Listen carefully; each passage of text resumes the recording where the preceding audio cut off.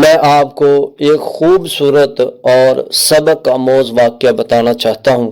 یہ واقعہ ایک مدرسے کے ہونہار طالب علم کا ہے۔ بزرگ لوگ جانتے ہیں کہ مدرسے کے طالب علموں کے لیے کھانا گھروں سے آیا کرتا تھا۔ ایک دفعہ جس گھر سے کھانا آتا تھا، گھر والے کہیں چلے گئے، گھر میں ایک نوجوان لڑکی تھی۔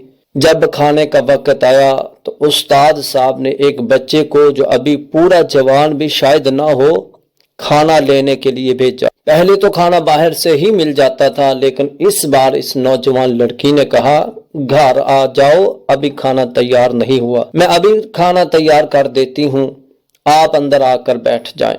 وہ طالب علم گھر میں داخل ہو گیا تو اس لڑکی نے جلدی سے کنڈی لگائی اور کہا کہ جب تک میرے ساتھ برائی نہیں کرو گے میں آپ کو کھانا نہیں دوں گی۔ اس نوجوان طالب علم نے کہا، میں تو مقدس کتاب کا طالب علم ہوں، میں آپ کی خواہش پوری نہیں کر سکتا۔ تو اس لڑکی نے کہا، اگر میرے ساتھ برائی نہیں کرو گے تو میں اپنے کپڑے پھاڑ کر شور مچا دوں گی، پھر خود ہی اندازہ لگا لینا کہ تیرے ساتھ کیا ہوگا۔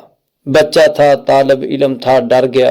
اور میرے نوجوانوں، میرے بھائیوں، جو برائی سے بچنے کا ایک بار ارادہ کر لے تو اللہ تعالیٰ اس کی بڑی مدد کرتے ہیں۔ اس طالب علم نے کہا کہ میں ایک شرط پر آپ کی خواہش کو پورا کر سکتا ہوں۔ اس لڑکی نے کہا کہ کون سی وہ شرط ہے؟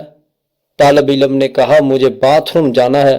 جب وہ باتھ روم گیا، اس بچے نے پخانہ کیا، اس پخانے کو اپنے جسم پر مل لیا، پھر آ کر کہا کہ اب آ جاؤ، میں تیار ہوں۔ وہی لڑکی جو پہلے برائی پر تلی ہوئی تھی، اس نے اس کو اپنے گھر سے نکال دیا۔